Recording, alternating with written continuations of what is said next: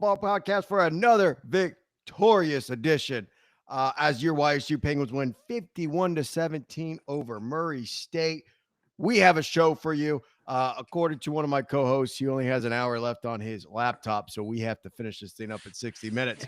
That aside, we'll recap Murray State. We'll get you ready as the Penguins go to number 1, North Dakota State. Where are the Penguins ranked this week's top 25? And the playoff picture predictions are starting to be published. Where are they saying we're at? We'll have to see. But before we get into everything, as always, Instagram, White Town Penguin Podcast, and we are on YouTube Live. Please follow us on YouTube Live. We are live in the chat box. Any comments or questions you have, get them in. Score prediction. We are everywhere. Podcasts are available. 5-star review, subscribe, like, and give us a share. All that aside, guys, we're going to get into this Murray State, but we're going to go quickly through Murray State because I would rather spend more time on the latter half of the show talking about North Dakota State. So real quick, what y'all think about the game before we dive into it? Well, I want to let Searle talk a little bit about himself here too, because during this game, Searle was running a half Ironman in North Carolina. So after we went up 21-0, I mostly was just tracking Searle the rest of the afternoon. So good job, Searle. Congratulations for finishing, and good job, Penguins, winning big time over Murray State. We knew you were going to do it. Yeah. I mean, congrats. Shout out to the boys. They handled their business. I don't remember my score prediction. I think it was somewhere around that, holding Murray State to 17 points or something like that. So that was awesome. I'm a little bummed out in myself because I thought I was going to be able to finish this half Ironman and listen or watch the second half. I was struggling on the run. So, the boys handled their business before I could get back to the game. But that was the first thing I said to Claire, when I crossed the finish line. I was like, do the Penguins win? Or I said, something along the lines of like, what was the Penguins score? Because I just wanted to see how they won. So I got the news after the race. So it was awesome. Yeah, I completely forgot I even introduced my co-host. So let me backtrack a little bit. As always, I'm your host live from Tampa, Florida, Salguardo. With me are my co-hosts, Hall of Fame quarterback Kurt Hess, and the Sledge, Kyle Searle, a.k.a. the Iron Man, as Kurt was saying during the game. He did an Iron Man. Kurt was on the app following you the whole way, giving us the play-by-play. So we knew exactly how you were doing as we were watching the Penguins roll. So congrats to you, Kyle. Definitely awesome. But let's get into the recap of the whole thing on how it went. And our typical guest, our hosts are usually with us. Dan Kopp is out today. Rumors are that he heard Missouri State was on TV during this podcast, so that is where he's at. 4-3 Missouri State. That team that's 4-3, over 500 right now. Looking to win the conference. Yes, the one that we could never stick around with. Anyway, as we talked about on this podcast last week, we said, hey, Murray State's got kind of an offense, and they did. They came out of the gate with a 9-play, 75-yard drive that finished with a 32-yard pass. Murray State up 7-0. If you listen to this podcast, you would not be shocked. You would not be panicked at all because you knew Murray State could actually move the football. Penguins answer, Bo Brungard, 5-yard run. Penguins answer again, Ethan Wright, 1-yard run for a touchdown. Penguins answer again, Kai Wilson, 62-yard pass from Bo, puts the Penguins up 21-7, and with a field goal, that puts the Penguins up 24-7. So 24 straight points from the Penguins after Murray State goes up 7-0. Third quarter, it does not end. Fresh Walters with a 50-yard catch from a 50-yard touchdown from a Bo Brungard pass, puts the Penguins up, and then a Bo Brungard 1-yard run puts the Penguins up again 38-7. Fourth quarter comes. This is when Murray State starts to kind of move the ball a little bit as the Dogs sort of get called off a little bit by Doug Phillips, but not so much. They will get a field goal. And then how about my boy Kai Wilson with a 100-yard kickoff return, 45-10. Now the Dogs are officially called off, and that will result in a Murray State garbage time touchdown, 45-17. And Bo Brungard will throw one more touchdown pass, 51-17. And that will run out the clock as Bo Brungard throws a 2-yard pass to Max Komzak. 51-17 is your final. Kurt, what do you think about the offense? Are you worried? Nothing to be worried about. I think we're gelling pretty well right now. We know what Bo can do for us, and what we were able to kind of share and see on the media side of everything was you always think about those Heisman moments for your Heisman contender and those finalists. What was the Johnny Manziel game against Alabama? And for Bo to put out a stat line where he had a touchdown rushing, multiple touchdowns passing, and a touchdown receiving, that was a huge highlight play. Probably vaulted and launched him truly into that Walter Payton category, specifically for seeing how we're going to finish up this season down the stretch. So super proud that we have that talent, that we have that player. But honestly, guys, like, we don't talk about it enough, and this is probably the biggest thing heading into this week is I'm all about what have we done lately, right? Our last 3 games, we've rushed for about 200 yards a game. And if we can continue anything close to that this week against North Dakota State, we got to give our offensive line a lot of credit, a lot of props, because none of what we've done offensively the last 3 weeks in terms of Flash Wilson and the guys that we now have on the outside with Max and Bo, I mean, none of that's possible unless we're protecting and unless we're, leaning on people and really, gelling offensive line wise, kind of as a cohesive unit. So good job, offensive line. Keep it up. We're going to need you guys this week more than ever. So that's where we're at offensively. Curdy, are you in the basement? Where are you at, man? I'm on the main floor this time. Got the main floor vibe. Yeah, it's a little darker, but yeah, I know it's Halloween light week. When it's on, it's like it's even too bright. So I don't know. The basement's hard down there. I got the Halloween vibes going. That's what we're going for here. Carved pumpkins and everything. Let's go. What do you got, Sledge? What do you think about this defense? Hey, I mean, I didn't have time to check into the stats. Just 17 points, awesome. Like I said, when you have opportunities to win games like this against teams that you expect to win games against, how do you handle your business? And it sounds like they absolutely did. Do you have the box score right there? How many takeaways did we have this on past Saturday? Let me check. And I think takeaways are going to be a key factor for the rest of the season. We need to figure out ways to give this explosive offense extra bonus possessions. And that's we can't just trade points because we had 1 interception on the defense. 1 interception. Okay. Did we give the ball up?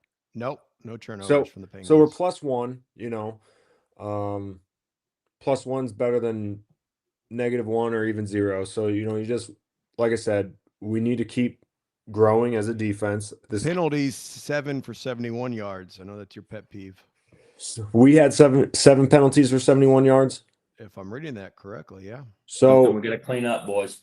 That's not a good sign going into a team, going into a week that, and we'll obviously talk about this more in length, but penalties, like you can't cost yourself yards against good teams. Like, we would play Valparaiso and we'd have some penalties here and there, and you're able to get away with them because you could put Valparaiso on the 10-yard line and they likely weren't going to score when we played them, right?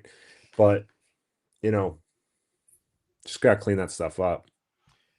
The one note I had, and it's also something, Kurt, you've said a couple of times, Max has obviously been our go-to receiver, potentially most talented. Even beyond Bo, he's probably the most talented person on the field other than Bo. And you're looking for another receiver to step up. Who's that going to be, especially for next season when Max isn't here? How about my guy, Kai Wilson, the number 1 jersey from he's a junior, 5 catches, about 90 yards and a touchdown. Yeah. Is he going to be that guy? Or you not seeing enough from him yet? I mean, he looks pretty damn good.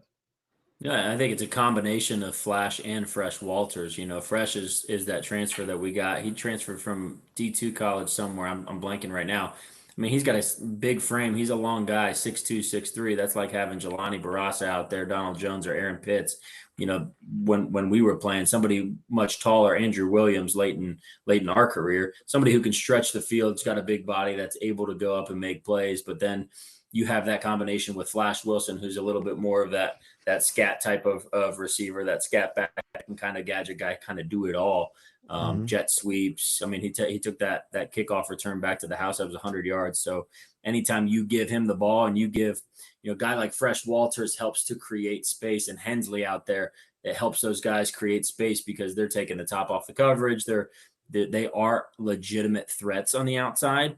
It provides more space for those guys to kind of operate inside, including Bo. And that's why you see a lot more space. So it's the combination of those guys outside of Max that's helped in the passing game in recent weeks.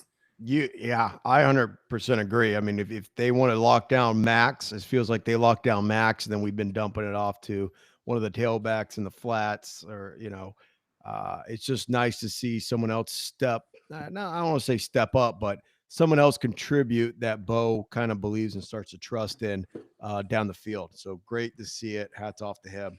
I Murray State, it was what it was. I mean, we show, like Sterling, you said it best. We did what we were supposed to do. Y'all want to move on from Murray State? Let's do it. Okay. Last week on the predictions, just so you know, Kurt, you and I tied, and you and I lost the tiebreakers. Come on, Haycock. Well, shoot, you were closer than I. I had Minnesota. And I'm pretty sure Minnesota got railed by like 40 points by Iowa. I wasn't even close, but we were 4-4, 4 points, and Dan had 2, and Kyle had 1. I'm sorry, no, Kyle had 2, so they both tied 2 short of us. Recapping the week that was last week, October 25th, Iowa State was at South Dakota. Iowa State win. I'm sorry, I got Iowa State on the mind. Illinois State was at South Dakota. They won and covered 21-13. Murray State was at YSU, as we just talked about. The Penguins won big and covered 51-17. Northern Iowa at Southern Illinois. Southern Illinois wins and covers 31-17. How about this game? Indiana State at North Dakota. The spread was 30.5 for North Dakota, but North Dakota only wins by 29 points. North Dakota 46, Indiana State 17. Whew. North Dakota State at South Dakota State. This was on ESPNU Saturday night, primetime slot. Not sure if you guys tuned in or not, but this was, when I say North Dakota State won 38-7, it could have been 138-7. It was a complete dominant performance by the Bison. Not projected to happen, but it happened big time. We're definitely going to have to get a little bit more in debt as far as that's concerned. Any comments from the week that was, boys? I think you hit it, dude. Like we kind of expected a better showing from South Dakota State, and maybe maybe North Dakota State truly is an outlier for the competition in the Missouri Valley this year. I hope not, because we play them this week, but with South Dakota State and us, and maybe North Dakota being in that next level tier, is North Dakota State that far ahead and better than everybody else? I would say that North Dakota State is dude, it's like an FBS team out there every week. I mean, seriously, it's like, when are they going to make the jump? Like, I don't know if it's their call or it's the fact that no one's invited them because of their uniquely remote location, maybe. I mean, I don't know. Wasn't there a thing they're a that good said, Mountain like, West fit, right? But I don't know if everyone in the Mountain West wants to travel up there. I don't know. I'm guessing. Oh, so a school in Youngstown, Ohio is gonna, travel there? I mean, they're no more remote in the Missouri Valley than they are in the Mountain West. So, location doesn't mean shit in college football anymore because you have Big Ten teams in California, and obviously the budgets are different, but location is not, they could play in Conference USA if they want, if Conference USA wanted to invite them. They would walk through Conference USA. Missouri State's about to win Conference USA potentially. Yeah, no, their you're first year. spot on. But like that's the thing. Like if they would walk through Conference USA, like I don't know if it's not a money thing because Cops said like before that the Dakota schools have backing. Yeah, And I don't know what it is. I'm with you. I've always thought about this. Is Like, it is it stadium capacity? Like, I mean, the Fargo Dome's cool and it's intense, but like, it's not ultra huge. It's not ultra big. I mean, Like 18 or 20,000, right? It's I don't think it's more than 20,000. yeah, but I mean, still, like, I don't know if I think that there used to be rules for stadium capacity at FBS levels, but I don't think that's a really big factor. You're right. It used to be a requirement that is no longer, but they do hold 18,700 for their football games. But or is North Dakota State just like happy walking into kids' living rooms and be like, dude, you want to win a national championship? It's like just it's to the point to where they can pull whoever they want, especially in like this environment. And we talk about the transfer portal and say, hey, like you can go to a Big Ten school or a whoever's out there and say, you can sit on the bench for a couple years, or you can come here, get playing experience, win a national championship. We'll reload, and then you go off and play your Power 5 football wherever you want. But we're gonna win a national championship whether you come here or not. And that's like that's what Mount Union used to do when Mount Union was running through Division III football in Ohio. I don't know what it is. I'll be honest. I haven't checked into that. But I will say that one thing that, and I know we're going to deep dive in North Dakota State, but I'd rather talk 59 minutes about North Dakota State than a minute on Murray State. But I think on North Dakota State, their success is the fact that we are in a college football world or market where offensive linemen are a dime a dozen and it's a rarity.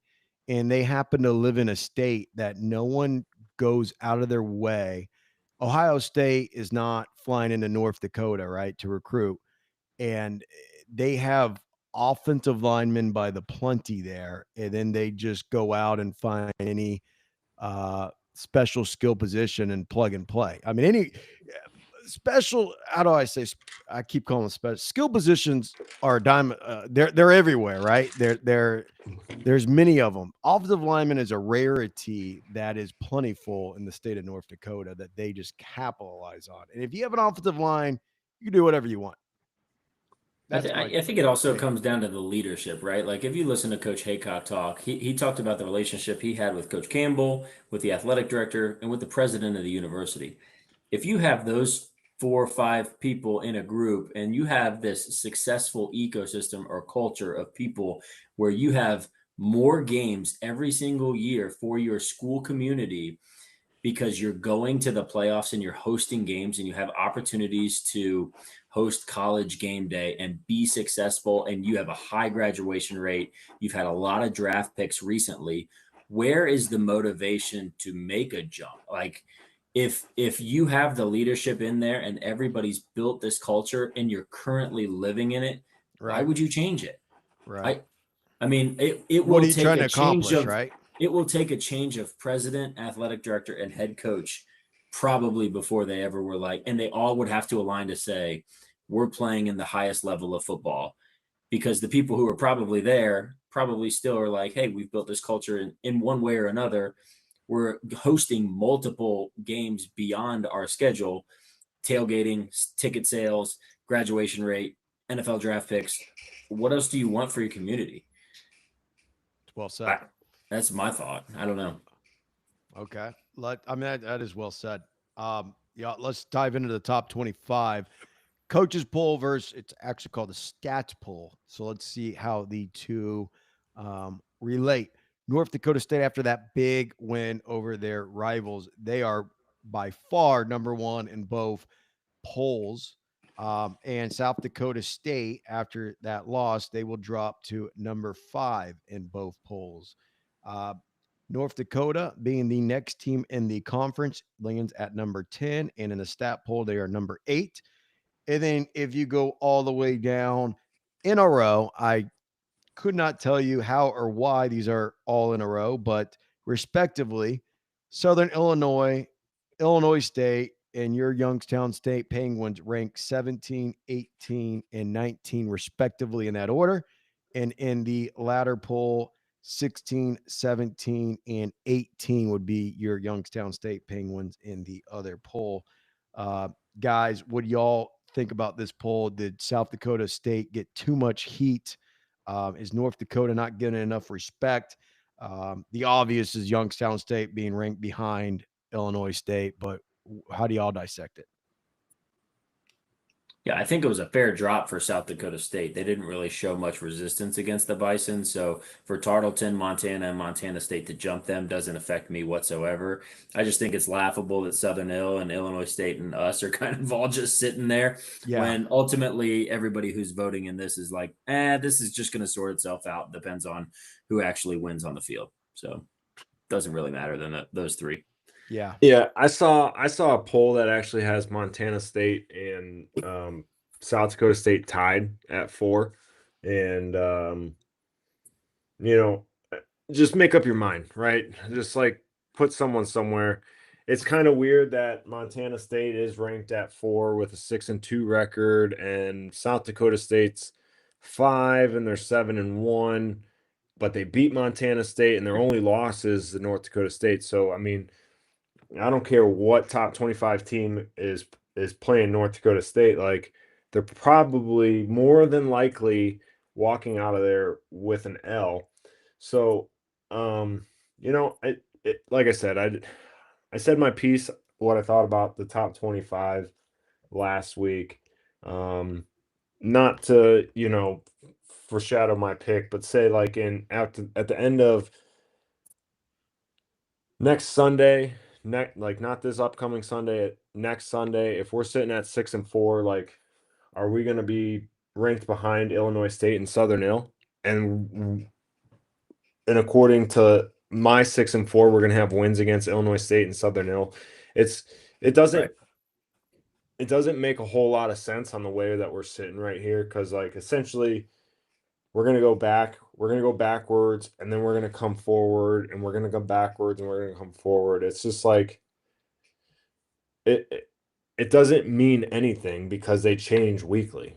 So what matters the most is what you getting into the postseason and what you do there.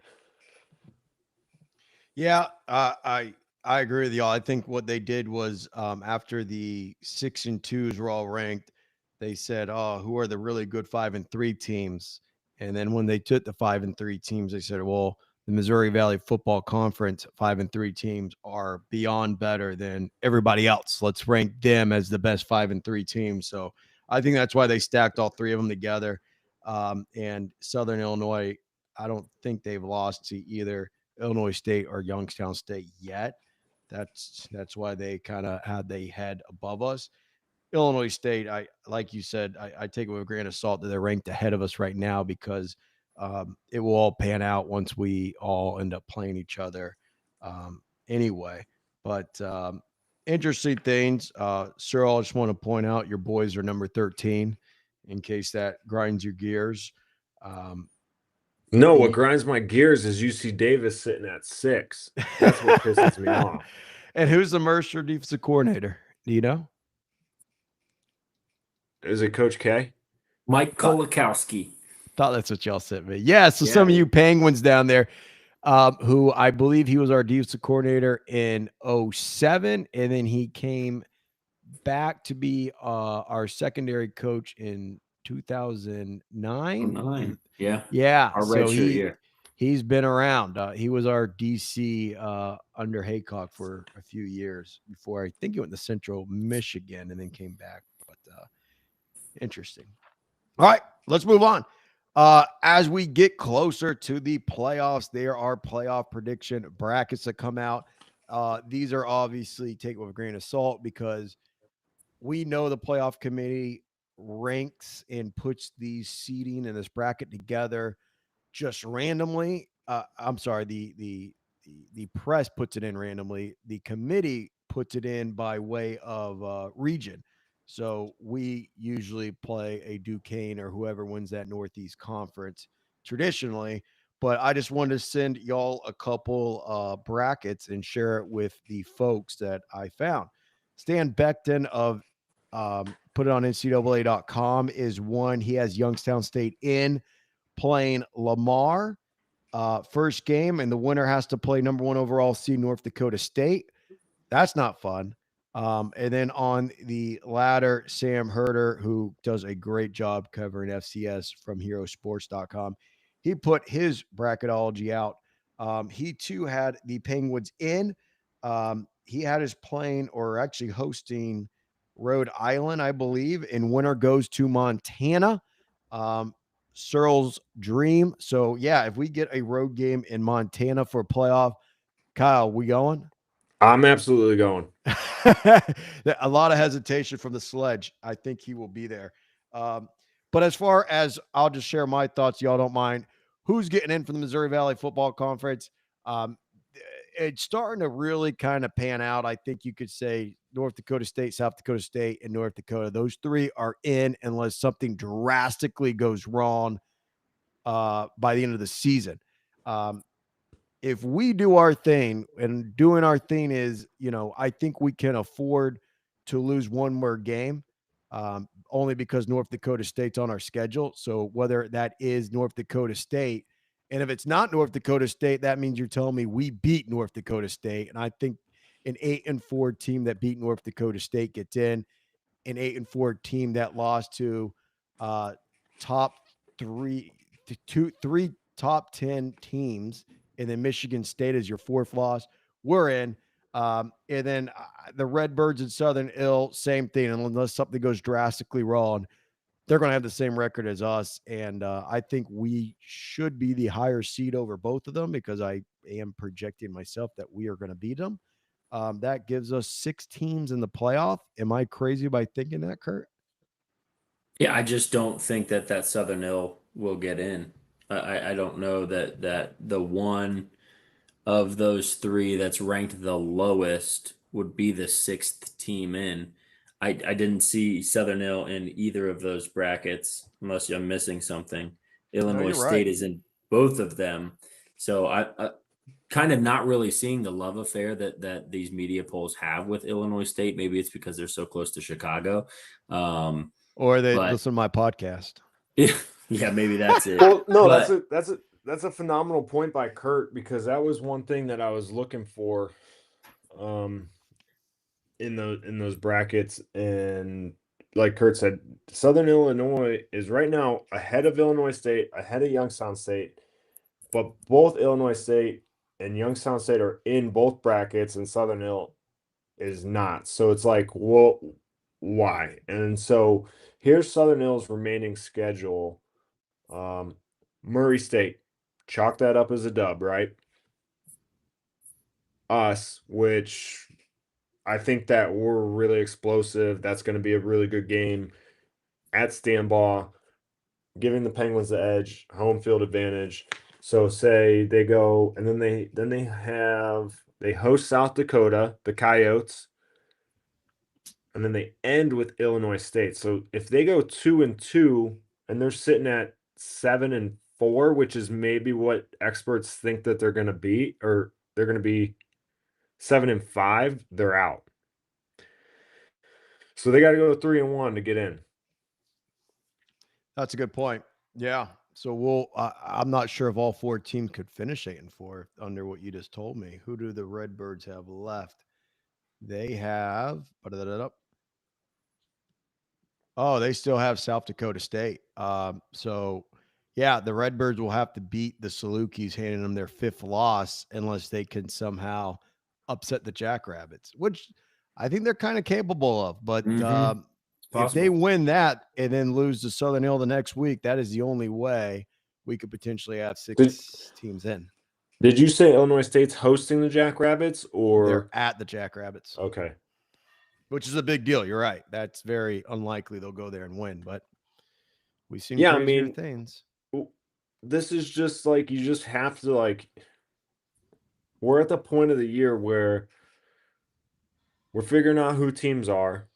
We can project. North Dakota we all projected North Dakota to be the bottom half of this conference, and they are probably sitting at the right there with North Dakota State. You know, just the way that they should have a win against Kansas State, of all people. And on the opposite, what did we project? South Dakota would be in. I want Kyle to say it. Oh, sorry. Well, next time use his name. Yeah, I mean, I don't know. I wanted him to admit it, is what I was. I'm just kidding. South Dakota stinks.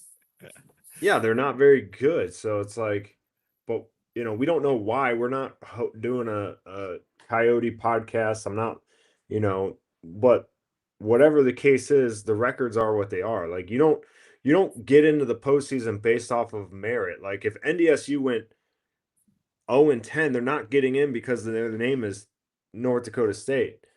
Right. That's only true in the FBS. So anyway, y'all ready to go on to, I mean, we've dove into a little bit, but we ready to get ready for this North Dakota State game? Let's do it. Number 19, Youngstown State Penguins at number 1, North Dakota State on All Saints Day, November 1st. 2025 at 3:30 p.m. on ESPN Plus, live from Fargo, North Dakota in the Fargo Dome. The Penguins have to travel to the best team in the country. A couple facts about North Dakota State, who they are and how they've been this year. I don't have Dan to help me, so Kurt, please step up on the pronunciation. Tim Pulasic, I believe, is how you pronounce their head coach's name. he's best in his guess for me, season. dude. He was around as an assistant at North Dakota State during the run in the teens. He left. He was at Iowa for a little bit and then joined former North Dakota State head coach Craig Bowles at Wyoming for a while. When Craig Bowles decided to retire from Wyoming, he went back home beginning of last season and won a national championship his first season, and he looks like he's potentially on his way to a second in his second season. North Dakota State, they have won 10 national championships at the FCS Division I level, first of being 2011, my senior year, and most recently last year, 2024. So in that run, they've had 10. They claim to have 18 overall. So there was 8 previous, whether it was Division II or what I learned, the college football level, which I'm not sure if that was before Division II was created as a thing. The Penguins are 4-13 overall against this team. I had no idea, but we played them in the 70s. We beat them in 1972, lost in 1973. Never saw them again until my freshman year when they joined the conference. And I just want to share with you guys, while I was there, we went 3-1 against them, meaning we beat them in 08, 09. If you guys remember, we should have beat them in 10, but we definitely beat them in 11. And we were the only team to beat them in 11 as they went on to win their first FCS national championship, led by starting quarterback Kurt Hess and defensive lineman the Sledge, Kyle Searle. They have about 12,000 people enrolled, so very similar size school as Youngstown State. Quick fun fact, they were the Aggies before 1919. In 1919, they changed their name to the Bison because they wanted something more fierce and tough than the Aggies, which is laughable if you're a Youngstown State fan, if you're worried about how fierce your mascot is. Not to take anything away from Pete or Penny. Few famous alumni. They actually had a ton, but I just want to, both athletically and politically had a ton. But I just wanted to point out some relevant ones that stick out. First, politically, because they have a politician on both ends of the spectrum, respectively. Doug Burgum is former governor, currently he's the U.S. Secretary of Interior on Donald Trump's cabinet. If you remember him, he's better known as Count Dracula, as he ran in the primary for Republican president this last election, and then Trump added him to the cabinet. And then on the opposite spectrum, I really can't pronounce her first name, but I Ihan Omar, U.S. House of Representative from Minnesota on the Democratic Party. She is well known to be part of the AOC plus three clan. If you follow the news, she's part of that Democratic group that AOC is definitely very tight to. If you saw a picture of her, you definitely recognize her for sure. So she's an alum. On the football side, just a couple names, the obvious ones. Trey Lance, current quarterback for the Chargers. He was the number 3 overall draft pick in 2021. And then Carson Wentz, quarterback for the Vikings. He just started for him. I think, was it last week who started? He's the number 2 overall draft pick in 2016. So they've had quarterbacks go very highly in NFL draft. They have a ton more, but I'm not going to waste everyone's time rallying off every offensive lineman, linebacker, and so on that are currently in the NFL playing for them. How they been? Well, they're undefeated this season, knocking off Citadel, Tennessee State, Northeast Missouri, South Dakota, Illinois State, Southern Illinois, Indiana State, and South Dakota State.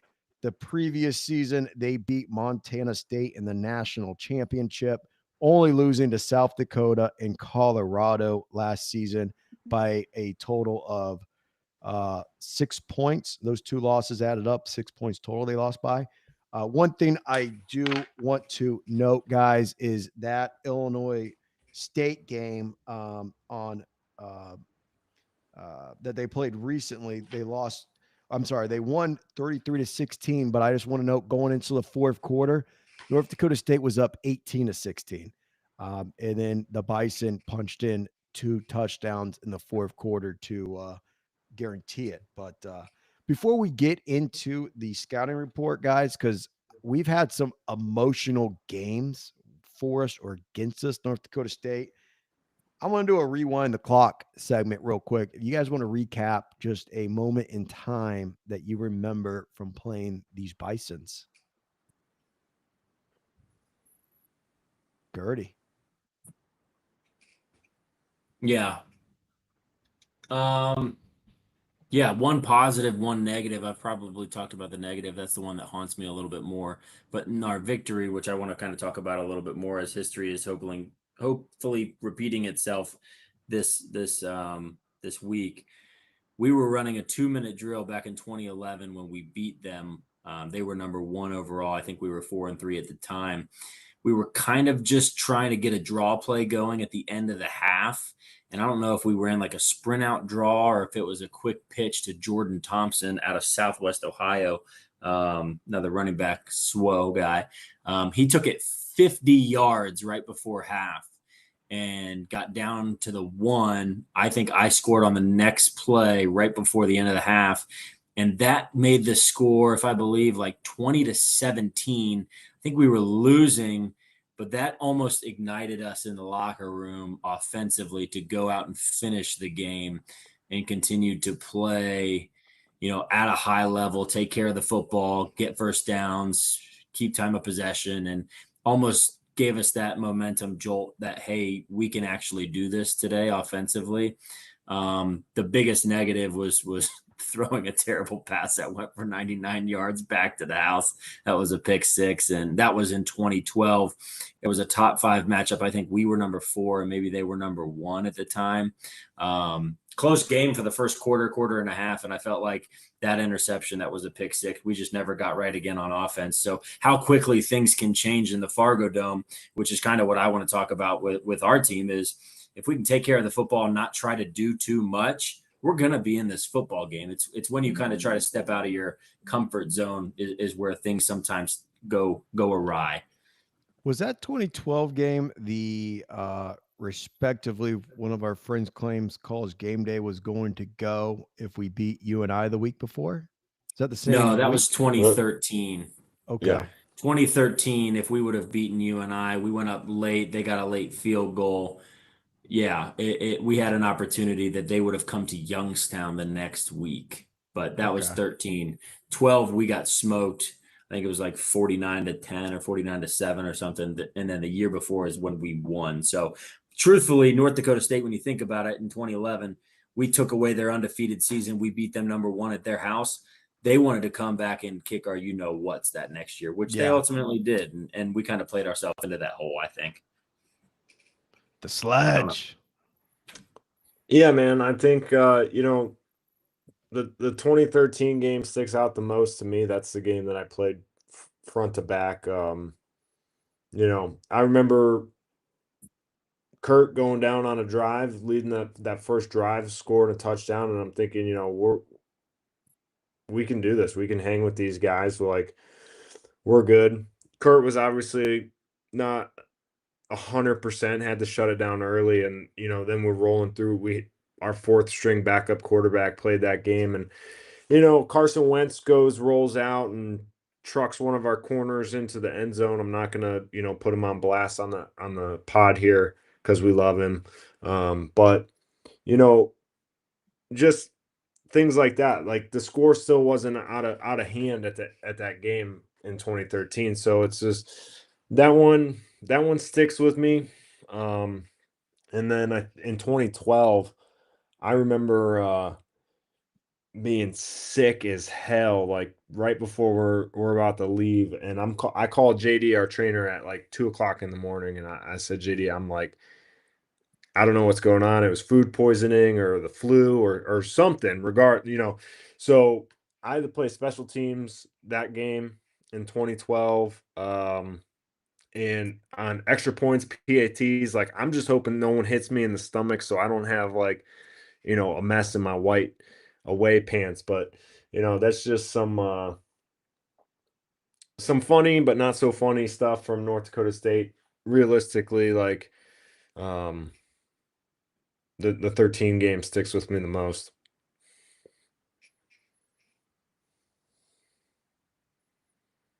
Sorry, the mute monster got me. Yeah, I'm not going to recap all 4 of my games, but all 4 of the games when I was in college were all very emotional to me. My freshman year, we just got our butts handed to us by Ohio State and then by South Dakota State. And I was like, dude, what, like, where am I? And then I remember my parents like, we're coming up for your first conference home game, be North Dakota State, who was #2. And I was like, oh God, my parents are going to come up and see us just get beat again. And as I texted in the thread, D'Angelo Wilson picked off the pass in the end zone to seal the win, allow us to win by 8. Then the next year in 2009, I don't know, it was the last game of the season. For whatever reason, there was a rumor going around among the coaching staff that if we win this game, we're all going to keep our jobs. And we did win the game under 5th string quarterback Mark Konetsky. And when we won, everyone thought, we're keeping, their jobs. And for whatever reason, we found out the following day that was not true. So that went astray. And then in 2010, you guys remember, we should have won the game. And then we had a kick that did not cross a kickoff after a touchdown that did not cross the 50-yard line. That cost us the game. And then you guys recap the 2011 game already. So all my 4 games with North Dakota State were very memorable. But anyway, let's get into who North Dakota State is. Curdy, looked like you flipped onto the cell phone. Yeah, man, I had to switch over. Sorry about that. Understood. You're over his hour. Yeah, apparently. Well, we still got a little time. No, we're under the hour. Scouting report. What'd you think, man? Who are these guys? Dude, these guys are I mean, everything you kind of want to be at the FCS level. They play good defense. They score a lot of points. They are very balanced. I think they've rushed for 1,900 yards on the season. They've passed for 2,000 yards on the season. So offensively, North Dakota State is doing anything that they really want to do. And I think a tribute to that is to their personnel, which Sal, you kind of alluded to the fact that if you can, and I don't know why every NFL team doesn't try to do this, right? Like the Browns were doing it for a while. I give them a lot of credit, but you're just like, all right, all my draft picks are going to offensive line and defensive line. Like this is just, we don't care about what's going on the outside, but if we can control the line of scrimmage, we're going to win. Take that, and then there's my Bison and Browns comparison if you guys wanted that. But take that and then add in very smart game managers and skill players and people who can make plays on the outside. What I've always admired about North Dakota State, and they seem to have it again this year, is their safeties. Their safeties are always flying to the ball. They're guys that are explosive guys and they play hard, but they're also very disciplined. They check every box. That's just what they are right now. And a lot of what I kind of wanted to talk about, and maybe you guys have to swing back over to me, is, Mets posted the other day on X how history is going to have to repeat itself. And so you start thinking about the formula that we took to win in 2011 when they were undefeated. They were in Fargo. We traveled there and we were able to win by like 4 points. I had the stats pulled up before I got signed out, but we had, I think it was 24 first downs to their 11. So we had 13 more first downs than they did. We controlled the ball. I think we had it for 39 minutes and they had it for like 22. So we had the ball. And if you have the ball longer, this is one of those games, Sal, I know you don't like it, but the longer the drives, the less opportunities they have to score. We won the turnover margin. I threw an interception in 2011, but they fumbled the ball and lost it twice. We had more sacks than they did. I don't know that they sacked me that game, and we sacked them twice. And, that may not look like a huge thing to just have 2 sacks, but like Searle, more than anybody, sometimes those sacks on 3rd and longs that get you off the field truly change the entire complexion and momentum of the game. And so we didn't do anything spectacular. We just made sure when we had the opportunity to do our job, we actually did it. And then, the closer and later it gets into the game, the more that they start to think, oh no, we're supposed to be winning this by more. And like I kind of talked about when we ran that 2-minute drill and Jordan Thompson almost scored, and we finished with a touchdown before half, that injects belief into our locker room. And so I just think we have to stay close with these guys. I don't think that we need to give them anything. We really can't. The margin for error is small. But we don't have to do anything spectacular because I think offensive line and defensive line, we're good enough to play with them. And our skill guys clearly are taking care of what they need to take care of. And we have explosive plays out there.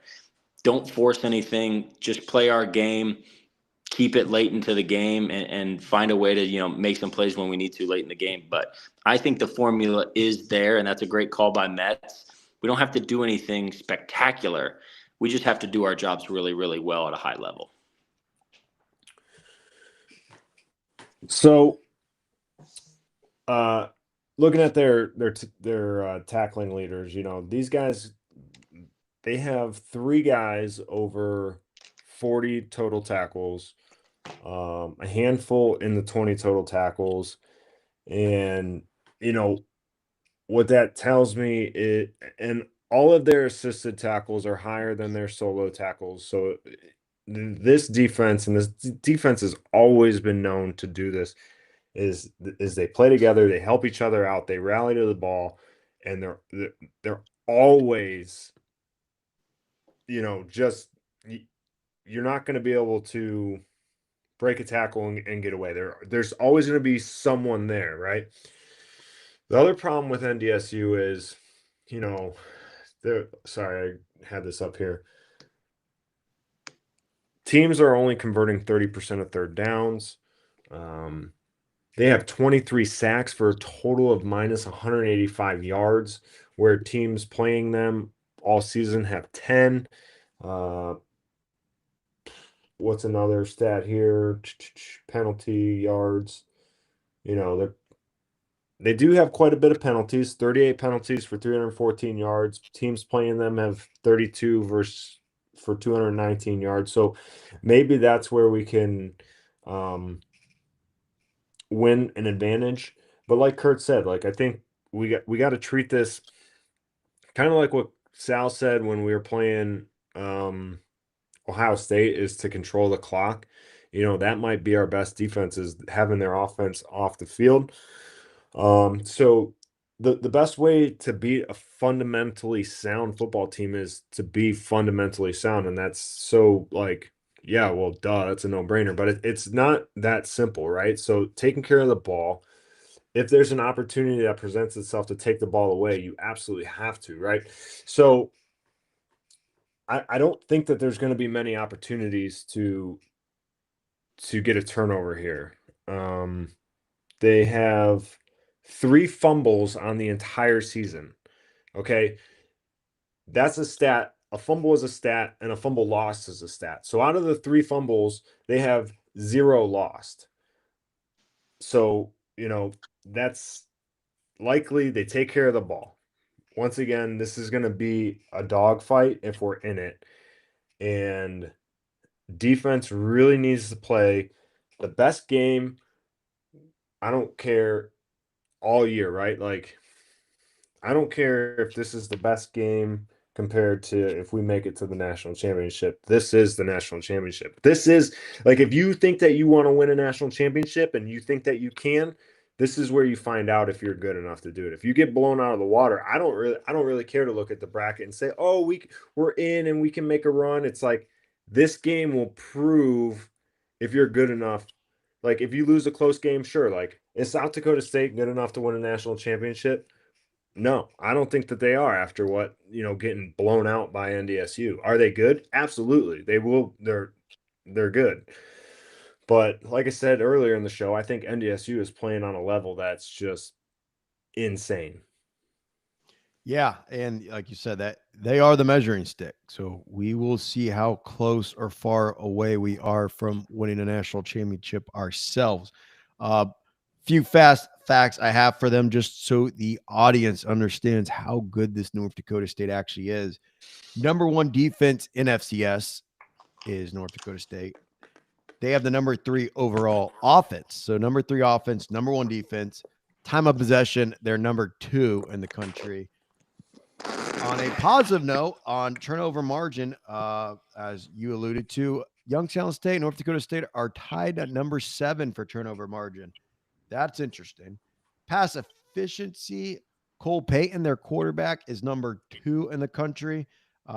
Just in comparison, Bo's number 38. However, as a defense, when you have to completely load the box every play, I can imagine people are usually wide open for the Bison all the time with one-on-one coverage and no safety help. Uh, in my opinion, I alluded to it earlier in the show. They have an offensive line better than most FBS teams in the country, and their go-to for the last 15 years of this dynasty, per se, is they take the lead and then they control the line of scrimmage offensively. So there's nothing you could do about it. They're going to run these 10 plus play drives themselves, burn the clock, score a touchdown, and there's nothing you could do about it. They're going to leave you very little time to have to score multiple touchdowns to come back in the game. That being said, I call it the Doug Phillips special, where he likes to come back in the 4th quarter, score multiple touchdowns.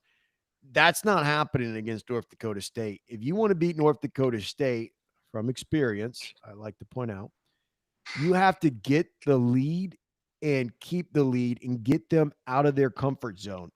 Out of their comfort zone is when they feel pressured to have to score and they start throwing the ball around themselves. That gets them out of their comfort zone. Don't let them get to the point like they did with South Dakota State just last week. They get the lead and then they just run the ball and pound it down your throat until the clocks read 0. Cannot allow that. Offensively, I think we have a great offense to make this a fun game. Open up the playbook, do the trick plays that we like to do. We have to do some crazy stuff. We can't do the typical, nickel and diamond on this defense. It's not going to happen. Kyle, you kind of alluded to it. Take care of the football. You can't have any. It's going to be hard enough. You can't hand them any gifts on top of trying to stop them. So defensively, just hold on. Try to get a special turnover if we can. But overall, the formula one in this game is the offense has to score early, move the football, and defense. I'm not expecting you to shut down this North Dakota State offense. It's nearly impossible, but just hold on for dear life, and have our offense keep up with their offense.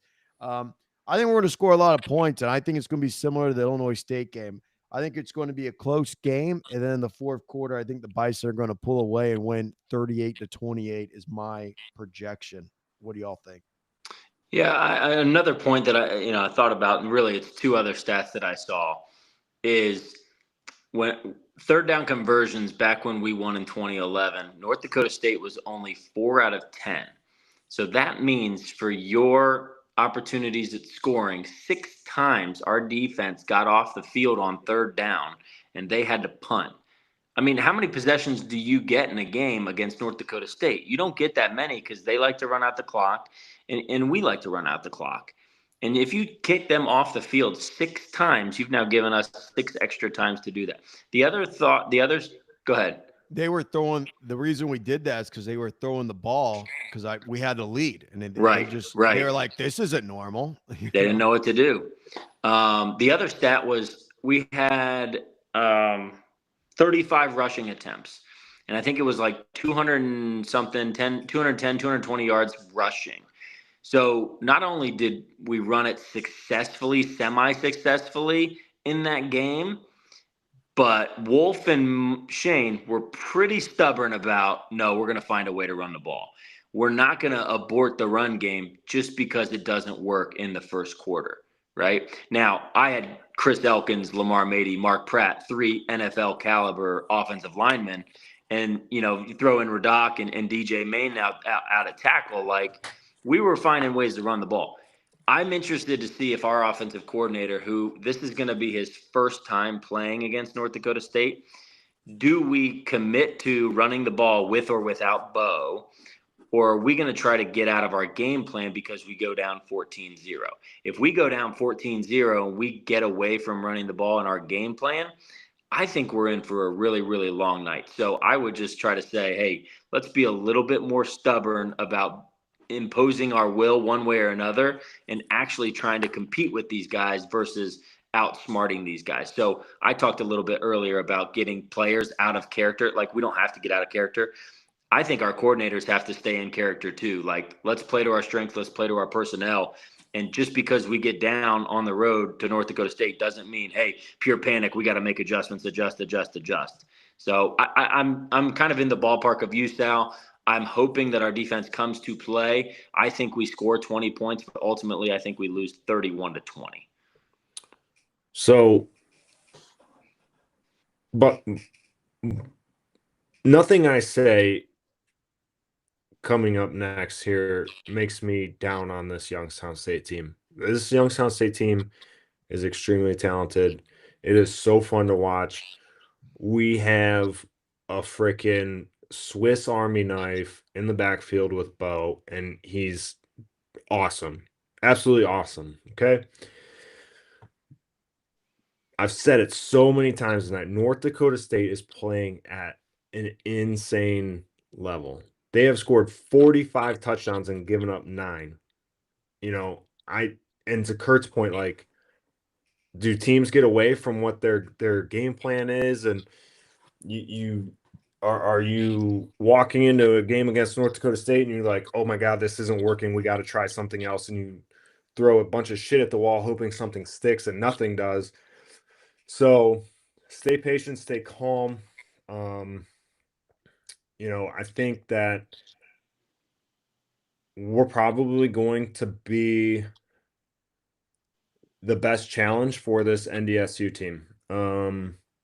Because we have Bo and I agree with that. We have Kai, Flash Wilson, and we have the weapons. We have Max. We have a ton of running backs. We have a ton of capable running backs. We do gotta get off. We gotta get off the field on a third down, right? Like, not like, oh, let's trickle down the field and then we get a stop and then they get a field goal. Like, to me, against North Dakota State, like Sal said, that's a loss because they're just scoring points. Like, we got to be able to generate positive points in terms of +3, +7, not just trading field goals, right? Because it's gonna be difficult for us to consistently get down the field because North Dakota State's good. They're gonna make adjustments and they're going to adapt to the way that we play, right? And they've seen how we've played all year. They watch a ton of film. They're extremely prepared for their games. I do think that, an untimely possession, untimely like 3 and out, maybe like there's a good punt return or a fumble or interception or something that's gonna go North Dakota State's way because North Dakota State has this weird ability to get the ball to bounce their way somehow, some way, and it's happened that way for 15 years. I think North Dakota State, depending on how we play this game, if we play it fast or if we try to control the clock, is going to determine whether my score predictions in the ballpark or not. But I think North Dakota State's going to win 45. I think we're going to score upwards of 31. So I have 45-31 Bison. Yeah. One more thing I just want to note, if I were to give Coach Phillips one piece of advice, whatever you can do, try to get the ball first. And you have to score on that first possession because South Dakota State last week, they let North Dakota State get the ball, drive down the field, kill almost the whole first quarter and score a touchdown. And it just set the tone for the whole game. You can't give the Bison offense on the field first and let them set the tone. We need to set the tone first. And I'm always against asking for the ball first, but this is a game you want it. Searle, YouTube chat, any predictions in there? Yeah, there's a lot. Let me make sure there's not one hiding up at the top. So, Jason Crum, 31-28 Penguins. This is a mixed boat, so I got to indicate, Penguins or Bison. So, Crum has 31-28 Penguins. Charles Shahid, sorry if I said that wrong, Charles. 38-35 YSU in OT. So if it does Love go that. to OT, we gotta get it. Let's go. Mets. I will be rooming with Mets in Fargo. Mets and I are gonna be at the Fargo Dome. Mets has NDSU winning 35-21.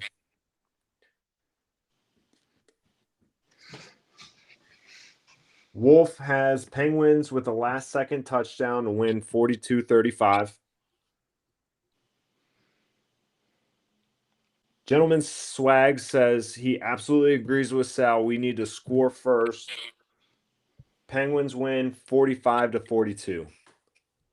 Guys, realistically, we might need 40 points to beat NDSU, and I just don't think that there's no way in hell NDSU is gonna give up 45 points, 40 to 45 give us that points. many possessions to do that. Yeah, no, exactly. And that's the problem with them. Sure, if we had 6 quarters to score 45 points, like it might be possible, but we got to play the game within 4. And I mean, their defensive stats are just lights out, guys.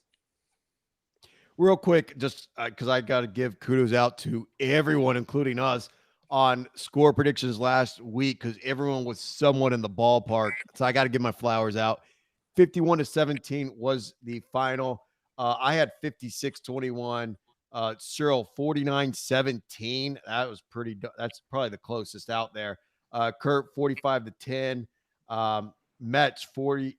There's a couple Mets. Mets 45-21. Other Mets 42-14. Gentleman Swag 42-21. Wolf 55-7. Jason Chrome 49-21.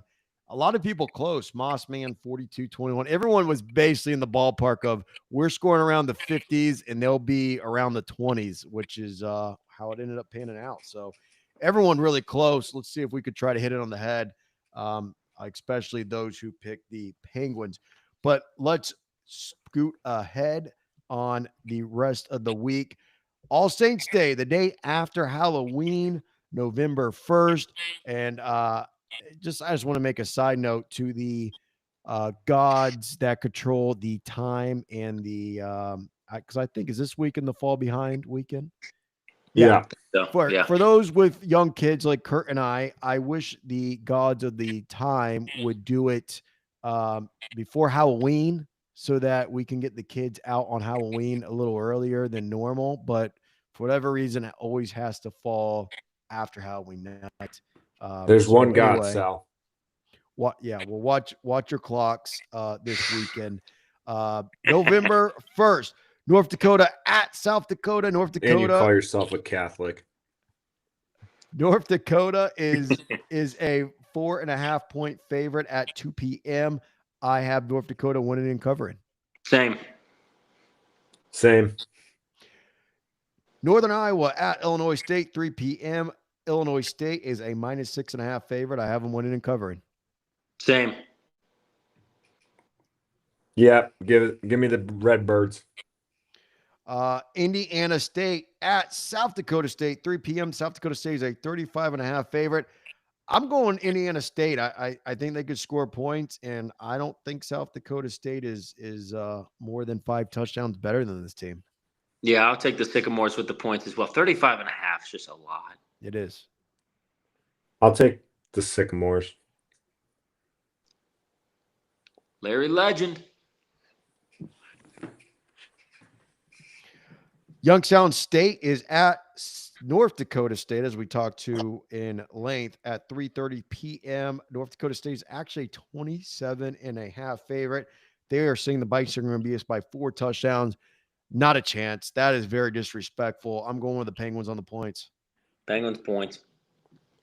I mean, it might be disrespectful, but it's probably Vegas has probably been more right than wrong on the Bison, but I think I have Penguins covering. Yeah, Bison don't really cover very well. I mean, they win convincingly, but they always have a lot of points to cover. Southern Illinois at Murray State, 5 p.m. Southern Illinois is a -21.5 favorite on the road. I've seen enough of Murray State. The Salukis are going to win and cover and roll. Salukis. Salukis.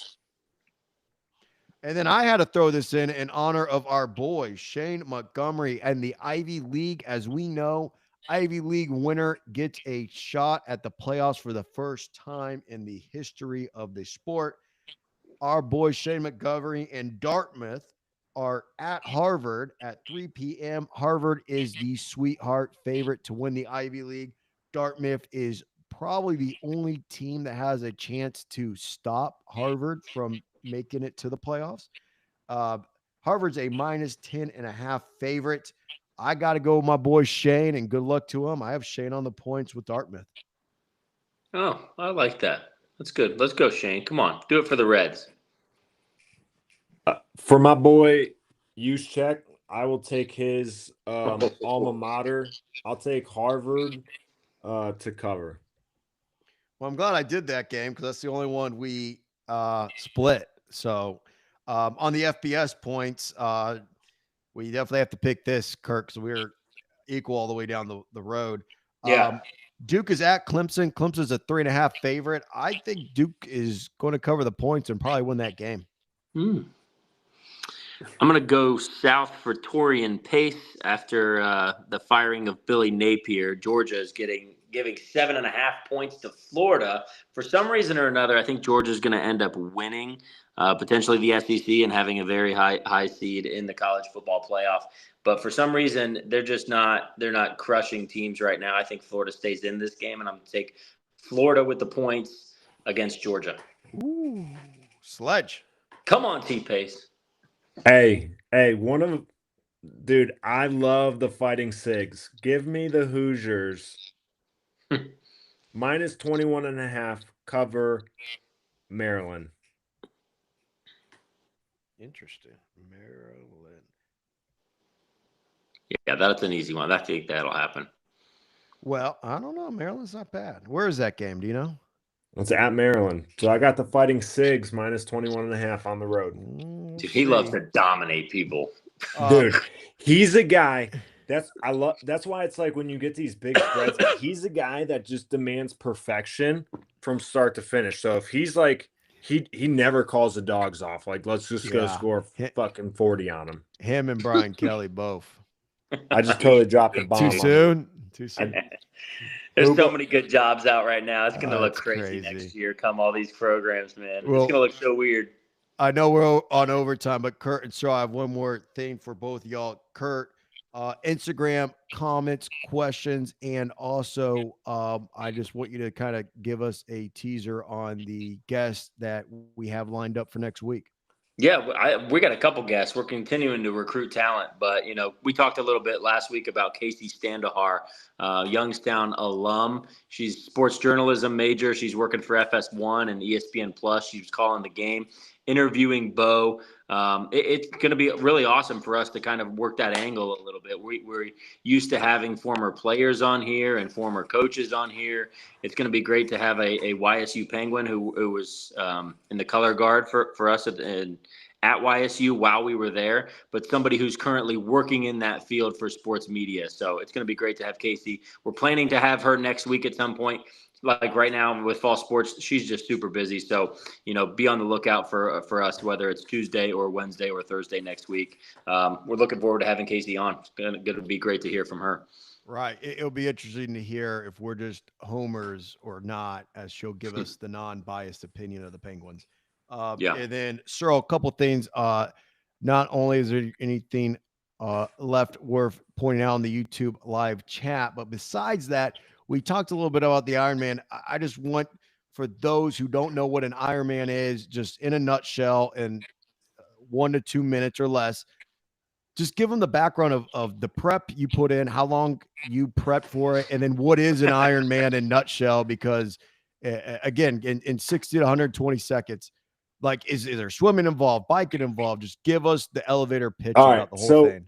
So an Ironman is I did a half Ironman. All right. So I am not an Ironman. I'm just going to put it out there.